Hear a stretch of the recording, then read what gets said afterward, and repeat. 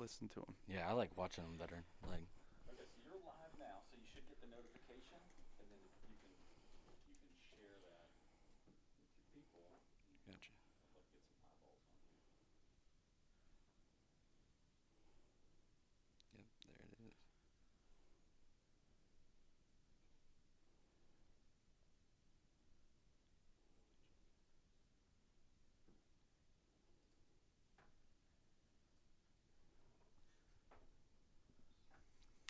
You ready to roll, brother? Yeah, let's do it. One second.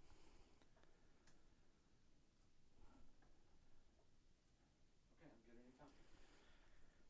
All right, welcome back, Better Everyday Podcast listeners. I'm your host, Brad Weems, live here from Market Street Media.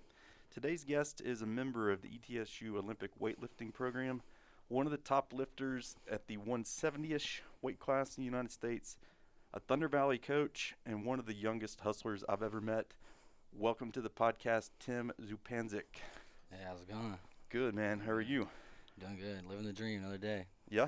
So what have you been up to today? Well, we actually had a team meeting this morning, and that's really been it. Today's our off day, Friday. We don't train on Fridays. Gotcha. Tuesdays or Fridays off. Got a heavy day tomorrow. Cool. So like I said, Tim is a member of the ETSU Olympic weightlifting program.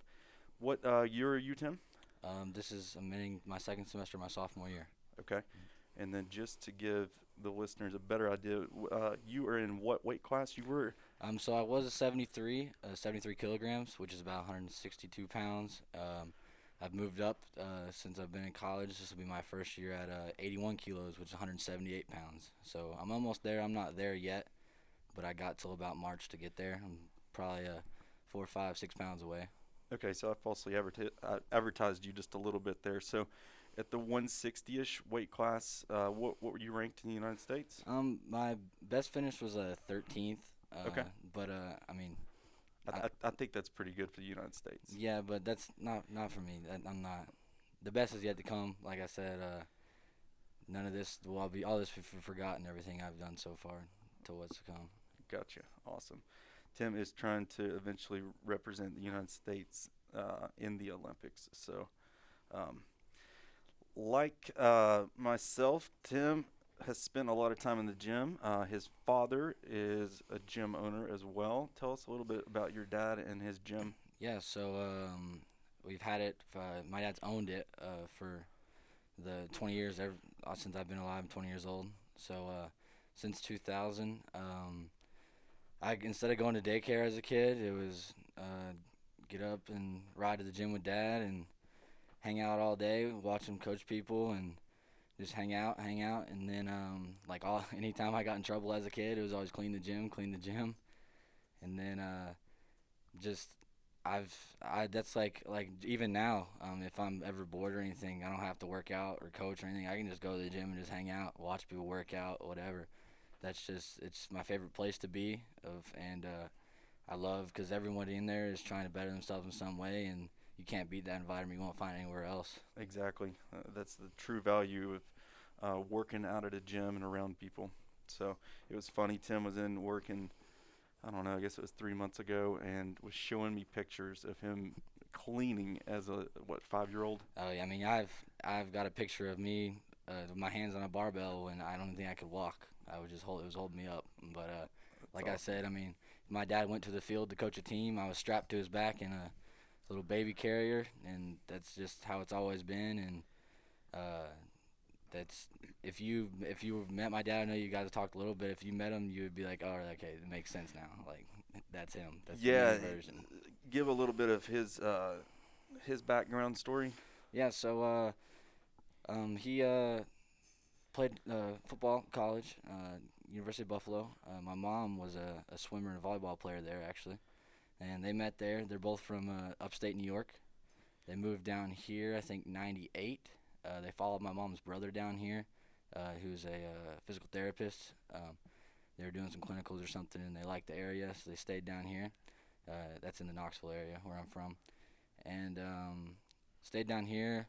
My dad worked with a couple high schools as like athletic trainer, and then ended up kind of getting the gym from some past owners who had owned the place. So it used to be like a cheerleading gym kind of. before it changed to what it is now. And so from there on, it's just been like on the ground running 20 plus years, just feeding people in and out, athletes, general public, anything. Yeah, so you guys have like your traditional gym setup plus a CrossFit type gym setup as well, correct? Yeah. So like like when you walk in the front of the gym is like a Globo gym, Planet Fitness type, simple membership and unlimited visits there. But then you go, there's a second building in the back that we bought probably, I don't know the exact date. I would probably think 10, 12 years ago. We added on.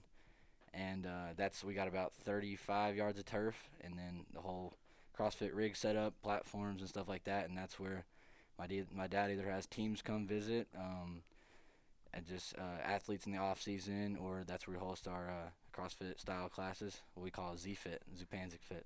Awesome, love it. So those pictures that you were showing me of you cleaning the gym at such a young age, that really inspired me to start taking my 4-year-old Henry to the gym on Sundays when we're doing some of the stuff that you typically can't get done when people are in there. So with that mindset, what are some of the lessons that you were taught or you learned growing up in a gym?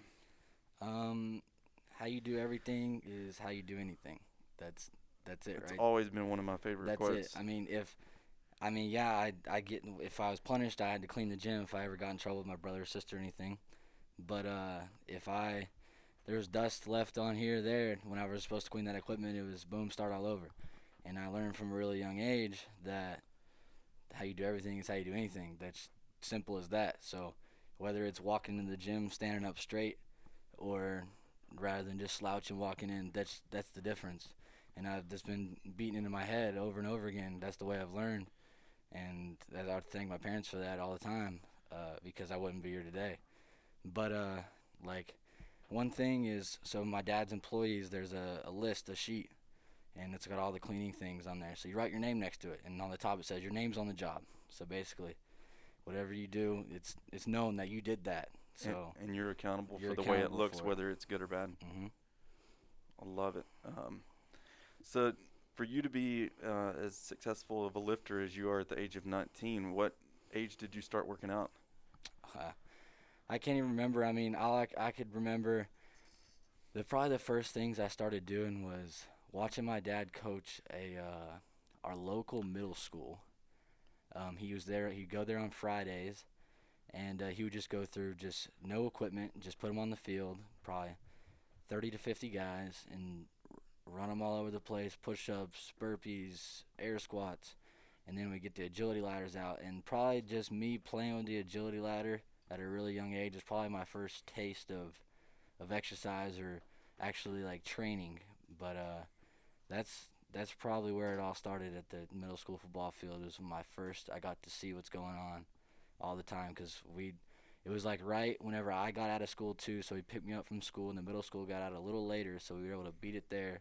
Then all the players would come out and then do their thing, and I'd just be there watching, trying to follow along. Some days my dad wouldn't let me. Some days he'd be like, all right, go sit over there. But then some days I'd be right in the mix with all of them, all the older kids.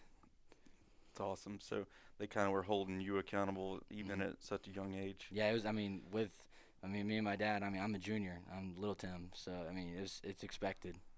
Right.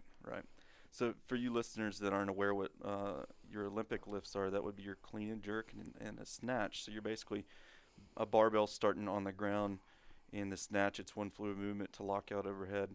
Clean and jerk, we take it to the rack position, stand tall, and in the Olympic lifting world, you're seeing more of a split jerk. So both of those being barbell movements. So what age did you start getting a barbell in your hand? Really just whenever I could. I would say specifically, I don't know, 5th, 6th grade. Young, probably 10, 11, 12, that range. That time it was really just doing it because I saw other people doing it. I thought it was cool. That's what my dad did all day. That's what everyone in the gym did. I thought it was cool. I thought that was the thing to do. That's how it started. And I played pretty much every sport you can think of growing up. My main sport at that time I was racing motocross, actually. So that was my main sport. And me and my dad, we were traveling all over and Just doing a little training for that, just some endurance stuff, just so you don't get tired on the bike and get a little stronger so you can move it around, be more comfortable. But I didn't really start, like, training, like, with the barbell, like, that's what I wanted to do until probably, like, 8th grade, 6th, 7th, 8th, like, middle school range. But even at that time, I was only training just for other sports, just so I could be a better basketball player, baseball player, whatever. It wasn't that was my sport. Right. And I was around that time. I was also a gymnast too, so that was took a lot of my. That's where I credit most of my flexibility and shoulder stability and stuff like that is from being a gymnast. And my coach Matt Henry, one of my biggest mentors, talk to him all the time, and he's a good dude. That's awesome. You've done it all, it sounds like. Yeah. So your dad starts ZFit, which is a CrossFit-esque program. So you start CrossFitting a little bit. Yeah. So I started doing it like when the opens like came out. I think it was like 14, 15. I was probably 14, 15 years old. Did like the open things or whatever, but like at that age group, the 14, 15, there's from in the whole thing, especially at that time before CrossFit was like huge like it is now or in the past couple of years. But at that time I was did like the open workouts or whatever, and did pretty good, did all right. I wasn't like training for them or anything. Like I said, I was just playing sports, went to the gym. All right, we got an open workout. Let's just film it, put it on YouTube, whatever. That's about it. And then I couldn't even remember how many kids were competing, but there weren't very many. And at that age, it was just, like I said, it was just a fun game. It wasn't like trying anything, be a career or nothing. But you had some good success with it, didn't you? Yeah, all right. I mean, I think there's like out of the open they take so many or whatever. But like I said, I mean, whenever we were traveling, here's a funny. Whenever we were traveling for sports growing up, whether it was motocross, gymnastics, basketball, anything, if I were to like qualify for something, and we had to like make a trip out of it to go if it was far away, unless I was gonna win or be first, second, third, and like in contention, we didn't go. How did you know what the competition was going to look like? I mean, if I was at the bottom of whatever if I barely got in, we weren't going. That's just how it is. And that was like that motivation. Like, all right, if I want to go do these things, like I've been better place. I've been a weightlifter for a solid probably 3-4 years, and it wasn't until a year and a half. I mean, I qualified for youth nationals, blah blah, multiple times. I mean, but it wasn't until my senior year of high school that I got to go to my first national meet, and that was the Arnold. Mm-hmm. The Arnold back in March of, I think, 2018. Yeah, 2018. So that was the first time I actually go to the national meet, and really the only reason because I mean I was going to college. That's right before or right after I had like gotten my offer to ETSU with their program, and we were like, all right, we can go to. It's only in Columbus. It's not too far. This is just like get you a taste. You're gonna get to do it in college. We'll get a taste before we go and get to do that. And it was a blast. But like that's like we didn't go, like we didn't travel race to motocross or go to big gymnastics meets if we weren't gonna be competitive. There's no reason to go. That's just how that's been built in my head. That's what Tim Senior said how it was gonna be. Mm-hmm. Yeah, and I mean I got nothing wrong with that at all. It makes sense to me. Yeah. I mean I wouldn't want to go and embarrass myself. I mean, it's how I only want to be at the top. I don't want to embarrass that's embarrassing to me. That's just I don't know. So people don't know, but here in Johnson City, ETSU, we have one of the top Olympic training centers. I mean, all sports. We call it the Center of Excellence. So we have anywhere from bobsled to weightlifting, canoe, kayak. So we house a lot of Olympians actually, and a lot of people come. We have a really big sports science lab that a lot of people come from all over the world. I mean, we had some Japanese national team members in there. I remember last year doing some testing and stuff, but they come from all over the world. And the directors of the Center of Excellence, Dr. Stone and his wife, Dr. Meg Stone, they kind of run the whole thing, worldly known people. My dad knew him from listening to some strength and conditioning conferences from back in the day whenever he was still in college. He had recognized the name whenever we went to visit, and we had no idea all this was here. And there's only a few in the country, probably less than 15 schools that Oh, wow. I mean, but like at a national championship, there are many schools that compete, but some of them are like club programs. Right. But out of like scholarship programs, there's probably less than 15 in the country. Wow. So you started taking this Olympic weightlifting series to what, 16 to 17, you said? Yeah, about that age. Okay. So how does one qualify or to get an offer here, at a world-renowned school like ETSU? Yeah. So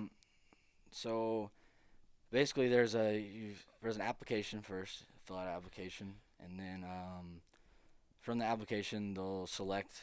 So like on the application, it's just simple stuff like just your lifts, how long you've been doing it, why you're doing it, and then just post some achievements on there, any competitions you've done, which I didn't have much. I only had the one. I only had one big competition. I had a bunch of little local meets and stuff like that, but I had one big competition. So I was like, dang, is this going to hurt me, blah, blah, blah. But it turns out, I mean, they accepted my application. So then from that stage, there's a tryout period. So we go to campus. Day one is just like instructional meetings and stuff, just talking about the program, what they expect, and stuff like that, just to make sure that we want to be here and we want to do this because it's like a full-time job. And so from there, we go day two. We do our testing and stuff. Our testing's like vertical leaps. Let's see, we had vertical leaps. We had isometric mid-thigh pulls. So it's where you stand on two force plates, and then there's a fixed bar in like the clean position, the power position, and you literally just rip on that bar and see how much force you can put out in your feet through the ground. And so we did things like that, and then they did like the body mass index, stuff like that, and then you're sent home, and then you just wait for an email. And then I remember we were about to leave. So my family's from New York. We always go to New York for Thanksgiving time.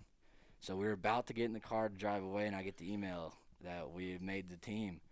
And the whole ride there, it was like, no way, it's going to be fun. I couldn't wait to get back. I was like, dang, let's get back to the gym, Dad. We're going on vacation. I'm like, let's go back to the gym. Let's go get to work. Yeah.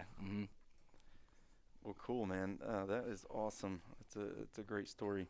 I want to reflect on meeting you for the first time. So I went on a vacation for a week, and I think it was a Monday. I got back to work and see you walk in, and I think I'm doing some kind of workout dying. I say hi to you, thinking your perspective. And Chris is like, "Oh, this is Tim. He was here last week. He interested in a job." We do a lot of energy exchanges with individuals at the facility, but ETSU actually, outside of like this most recent period during the holidays, they don't let you work out at our facility. So I've had 3 interns from ETSU with us at the gym, and I'm not going to say they underperformed, but I wasn't over impressed by some of the efforts. So I kind of had a negative connotation and stigma about a young person coming to the gym. And you came in and shadowed, and then I was like, I'll get back to you. And it was like a week later, and you're like, so I'm ready to start working. And I'm like, well, I don't know. I didn't really want to pay out of pocket, but you just were not going to take no for an answer. No. And you're like, I'll do anything. I'll sweep leaves out of the side of the garage door. I'll dust things. And I was like, all right, I'm going to give this kid a chance. And, dude, you've thoroughly impressed me. I mean, all I was looking for is just opportunity. And I knew calling the gym over the phone, and it just, you couldn't get the same. I couldn't get my same point across. I couldn't sell myself to show that I'm valuable. So looked up your guys' hours. I was like, screw it. I'm just going to drive right to the front door and not going to leave until I got a job, because I know what I can offer. And it is crazy. There's not many people who, I mean, I'm really young, sophomore in college, 20 years old. I've spent a lot of time in the gym, but people don't realize that, or they may not believe you or anything like that. But like, I've been in the gym atmosphere pretty much my whole life, and I felt like I was a valuable asset and that I just needed a chance. That's all I needed, a chance, and I could run with it. Yeah, and I feel like I've got pretty good work ethic. And being 35 and you being 19, I'd already formed an opinion on what a 19-year-old's work ethic looks like, and boy was I wrong. Like I can't remember the last time I've met someone that's been so impressive for their age and where they're at in life. And dude, like I was talking about, taking my 4-year-old to the gym now on Sundays, like that's totally been inspired by you. And Tim talks all the time. He's like, yeah, I door dashed all weekend to make extra money. I went up to tell him about the apartment complex. Oh, I got my trash business. Me and my roommate, we started a trash business at our apartment complex. We just go through. I mean, the dumpster's right on the property, but we go over there and pick up trash 2 days a week. You literally on a what? You notice everybody parties on the weekend over there, Yeah. and they're too lazy to take their trash to the dumpster. So what'd you do? You knocked on every single door? Knocked on. I think there was like 192 doors. Went to every single one of them, and we were like, "Hey, if we can get 30% of all these people, that's worth it." So, I mean, we just keep it rolling. Trash man on the weekends. Yeah. Making that extra little bit of money. His hustle is unparalleled. I've been thoroughly impressed. So Tim's in there one day. I had him cleaning the uprights on our pull-up rig, just getting chalk handprints off of them, and he had his AirPods on, and I'm like, what are you listening to? And he said, I actually listen to this book called Chop Wood, Carry Water by Josh Metcalf. And one of my mentors, Craig Heisel, I always hear him talk about this book, but I'd never dove into it. And Tim was just telling me, how would you describe it, Tim? It's like a lot of little short stories, but they are progressive. Yeah, it's a lot of short stories. So it's the process. It's everything you learn along the way. Simple. The chopping wood, carry water is all the little things that are required for the end goal. I mean, without those, you wouldn't get there. Like, I mean, I got this hard work ethic. If I would never grew up in the gym and my dad taught me these things and I worked hard all this time, I would never be here today. It's just I've chopped wood and carry water without me even knowing it. It was just taught to me, but I didn't even know. And so for those people that have never read this book or heard of it, there's this young kid that wants to be samurai. Yes, he's wanting to be a samurai. So he, like Tim, coming to ETSU, shows up, and his sensei basically is like, all right, so this kid thinks he's getting ready to, start working on archery, and he's like, no, we're gonna chop wood. They start with breathing and carrying water. We're gonna breathe and chop wood and carry water, because the camp they're at, no electricity, nothing. Correct. So it was months and months of just like simple grunt work until the process evolves. I mean, I think the whole he was in the camp for around 10 years. Mm-hmm. It was a long time away from family, doing all of this to become like the samurai archer. From what that time was a big deal. Right. So it's a great listen if you've never. Super short too, not long at all. Yeah, I mean, you can listen to 3 chapters in a 12-minute commute. Yeah, I mean, I go back to it. I've probably read it 12 plus times. I mean, I go back to it all the time. But those same stories just over and over again, like it's just like a reboot, right? It's like as soon as I feel like I'm like falling off, boom, pop the book on. You don't even have to read the whole thing. A couple of chapters, anything. You can jump through it, and boom, reboot, ready to go. So I would say that you're at the age of 19, 3 years into your tenure to become a samurai. Mm-hmm. So what are your goals and aspirations you have down the road? So down the road, so after I graduate, I'd like to, career-wise, I'd like to one day be a strength and conditioning coach at a pretty high level, either like the SEC level, any Power 5 conference like that, working with like any sport, football, baseball, basketball, doesn't matter. So I'd like to intern there kind of after college doing like that, and then try to find me like a head strength coach job or something like that. And then after I get some years in there, and I'd like to open like a huge facility like of that nobody else has ever done before, and have professional athletes from every sport. Like, that's their off-season headquarters. Like, I'm talking residency and everything. So you're looking at performance-based type stuff. Mm-hmm. Awesome. So, dude, that's awesome. It sounds like you keep up what you're doing, you're well on your way to accomplish anything you're looking for. Um, did you know Mike Starkey, that was a strength and conditioning coach over at ETSU basketball team? No, I know the football guy. I've talked to him, but Yeah, I'm not sure about the. So his wife was a member at our gym, and it was, I guess, during quarantine last year. I was outside trimming bushes at the gym, and he stopped by, and he's like, "We just got an offer to, or Forbes had got an offer to Wake Forest. Yes. Mm-hmm. So he's like, I got 24 hours to figure out if I'm going with him or not. Huh. So just like your aspirations, Yeah. he is, in the best basketball conference there is Yeah. in the nation. So Yeah. See, that's a job security like that with the strength coach job. If your team doesn't win games, doesn't matter what you're doing. You don't have a job. And the coach is the one that a lot of times gets all the credit, but it's the guy that's getting the athletes in shape that is just as valuable. Yeah. And I'd like to work at the pro level someday, but I think at the college level, everybody there wants to go to the pro level for sure. And at the pro level, yeah, I mean, everyone, they're there. They made it. I mean, there's probably a few guys, the best on the team. They want to work, but I just feel like I could get more and build a better relationship with college athletes because they're not done yet. They still have more to go. Right.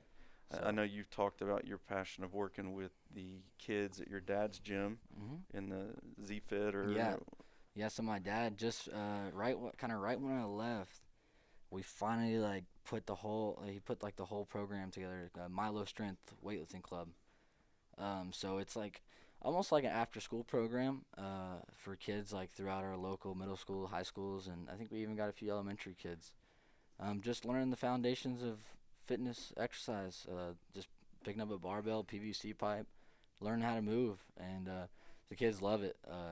It's a blast. I think they go 2 days a week, Tuesdays and Saturdays, and it's a blast. I mean, just being in there with those kids, it's fun to watch. Do you think because you started at such a young age, you have a passion and kind of want to give back to the younger age group when it comes to evolving their fitness? Yeah, I mean, definitely.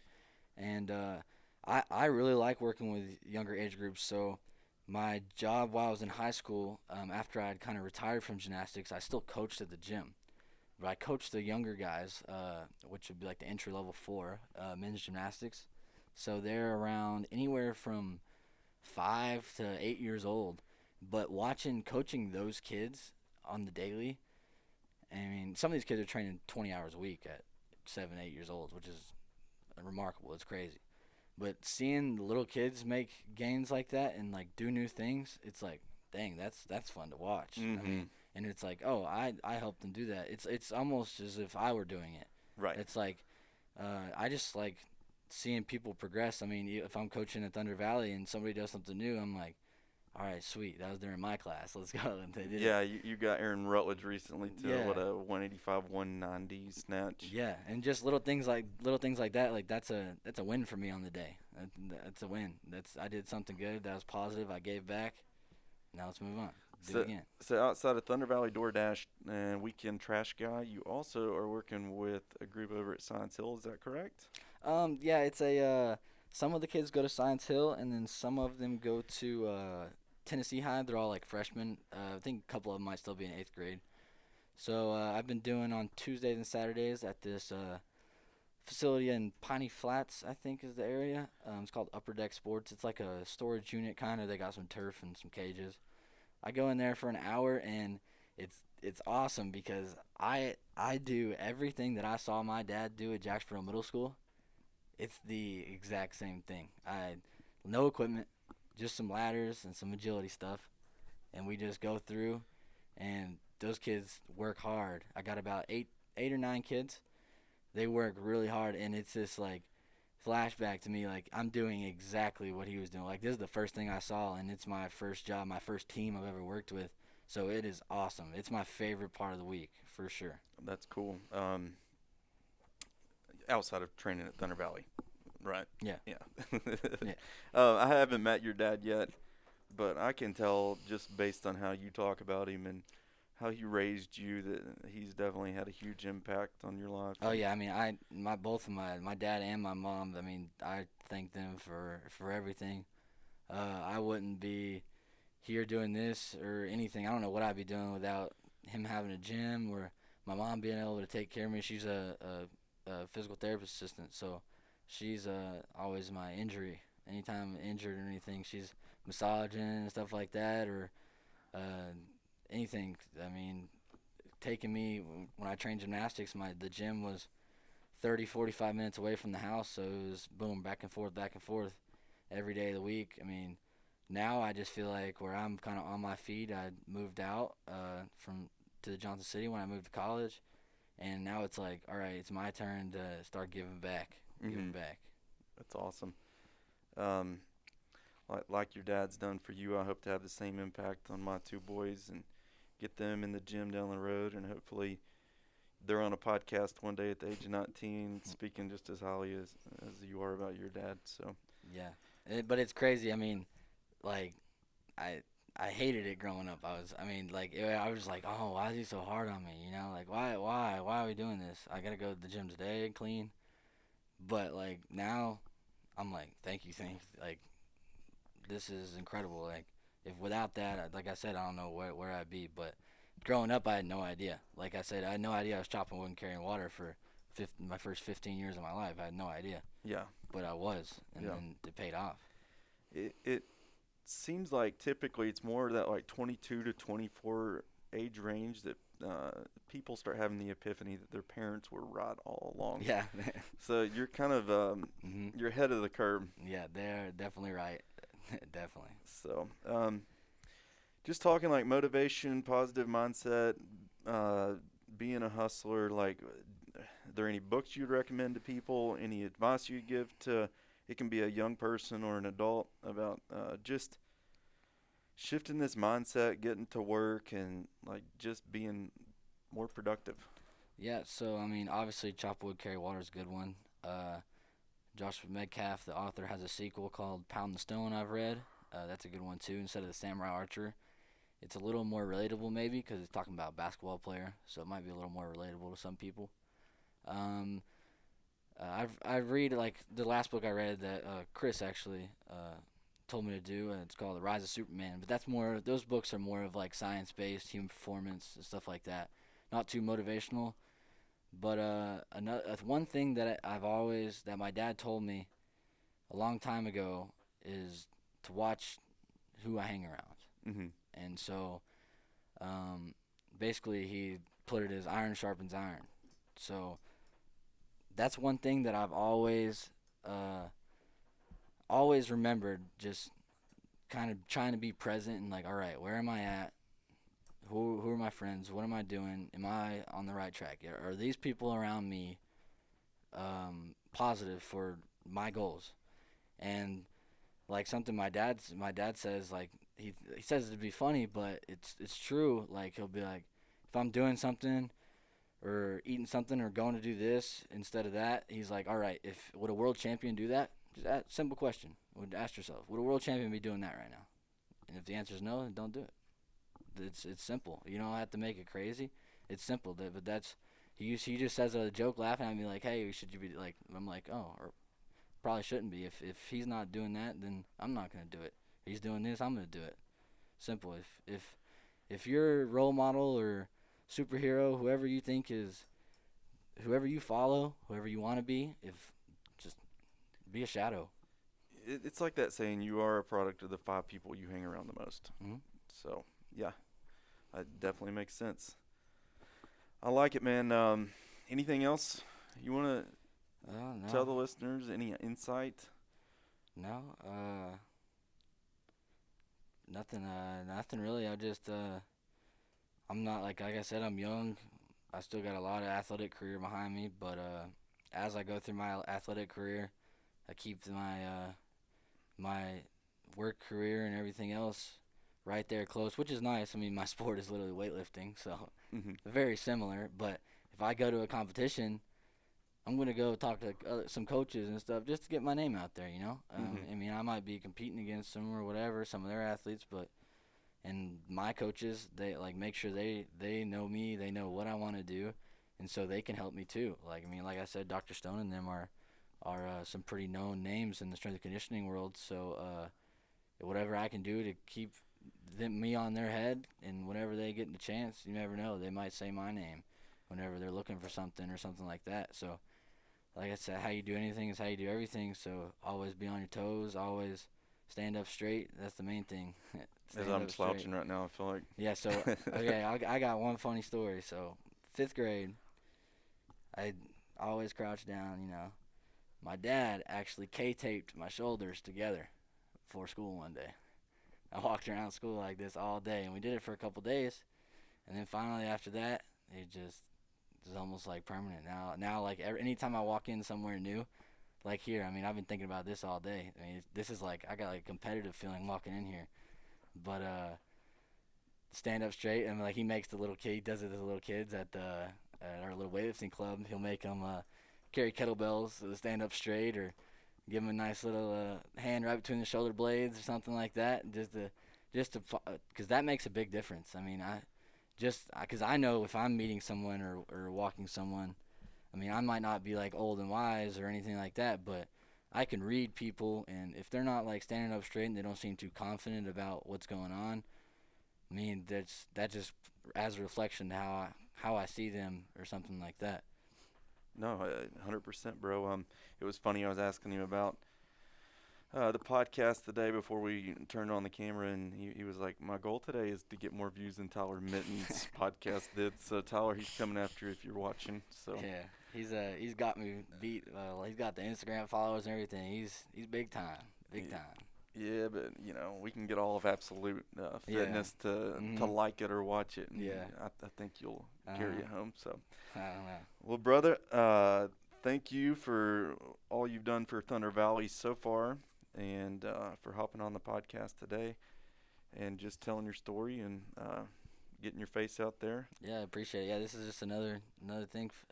Just good for me. This is really good for me. This is you giving me an opportunity here. So I thank you for that. Definitely. Well, 5 years from now, when you're at an SEC school, we'll look back at this podcast and reflect how far you've come. So hopefully that's what happens. Well, dude, thank you. And for all the listeners, appreciate you watching and listening today. And we will see you soon.